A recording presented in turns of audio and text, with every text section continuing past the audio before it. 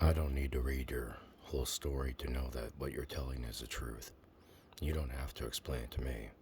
I'm not westernized.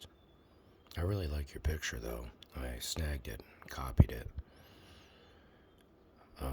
Western culture has to have an enemy, and when you've destroyed people and you've taken what they have, you need more. And there's always more people to destroy. And Western culture, just as you describe in your article, is a culture that is bound to destroy others in order to exploit them. And the pretense of this goes on for a long time. It's a way for larger countries to not utilize their own resources by causing conflict with other countries and then going in behind those countries and removing all of their precious anything. A lot of things for countries are precious. Here's one of the most precious things you can have for your country. Get this: a doctor, right? If you're a country that only has 500 doctors and somebody takes one of your doctors, that's really precious. But sometimes the westernization wants to bastardize people and force them to submit by creating the false promises that there's things that they're going to give them, like food or safety or weapons or shelter or democracy, even. And then what happens is that westernization goes in and then agrees with one group over another group to exploit the other group. And then you have to pay westernization to make westernization work. So there's always a kickback. So they're leading you on a path to cause trouble for you to make money for themselves by selling you stuff that you don't need to hurt other people to help them. You get the whole loop there? So in westernization, get this. Let's go for westernization of why Hurricane Katrina hurt all those people in Louisiana. Those areas where those people were, the low-lying areas, were always known as low-lying areas. And they used to put animals there, and they used to do slave trading there. And when the government realized that they had a problem and that they needed to have people housed someplace, they didn't want to give them places that were nice to be housed at. They wanted to give them the places that were able to be given to them because they didn't have an equitable value. So what they did was they went with the people who were the richer people to develop the land in order to keep the poorer people there. And due to the United States of America, westernization stating that an X number of people who are poor must be provided a place to live, they provided those places for people to live in places where people didn't want to live. And they did it with intent. And so we've got a huge problem in the United States where we subjugated poor people into little groups that they can't get out of because they can never get an effort. There's nothing there for them. And they have to hope and dream they become boxers or basketball people or somebody. They just have to pray. And that's westernization, and that's just Katrina there. That's New Orleans. To look at it from the inside.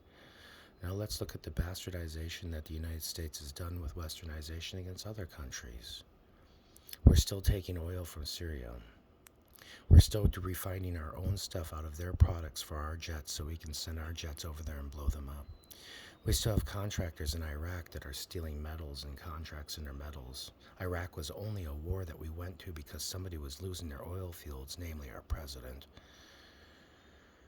So before we go about the bastardization of the world and calling people names, let's just remember that westernization of the United States of America has only led to the development and the loss of other people's cultures, feelings, and the inebriation of people's minds, making them feel drunk with power and enabling them to go out and harm others on the backing of the United States of America with special people like General Clay and General Custer and others in the United States of America up till now, most prominently known as Pompeo and Donald Trump.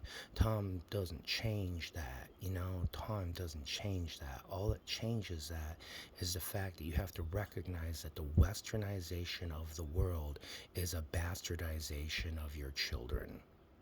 The people that want to westernize you want to kill your husbands. They want to start wars.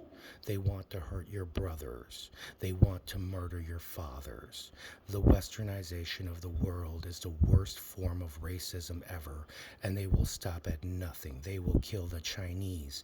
They will murder the Muslims. They will kill the Africans. They don't care who they kill, because it's bastardization and it's related to their television sets, and they have no concept of who's being hurt, and they don't care about you. Gaza is Palestine. The Palestinians are the United States' Uyghurs. This is what we did with a people that we locked up years ago in a tiny little place and subjugated them to the authority of the Israelis. If people want to let people free, then stop acting like they're not doing it to other people. Westernization has allowed us to put the Palestinians into a slave trade race, dying without food in the streets, no buildings, children bleeding and crying. My goodness, what a great country I live in. I'm so excited. Is there any chance that we could go over and maybe hurt some people in Greece too? Maybe those poor Greek people need to be hurt. Maybe they've just got too good a food. Maybe they just got too good a culture. Let's go kill Greek people too, huh? Westernization is bastardization. All we do is kill your fathers. We take away the people you love. We send in our people, we tell you lies, we act like we're going to protect you, we recruit you, we kill you, we abandon you, and we never come back. God bless God.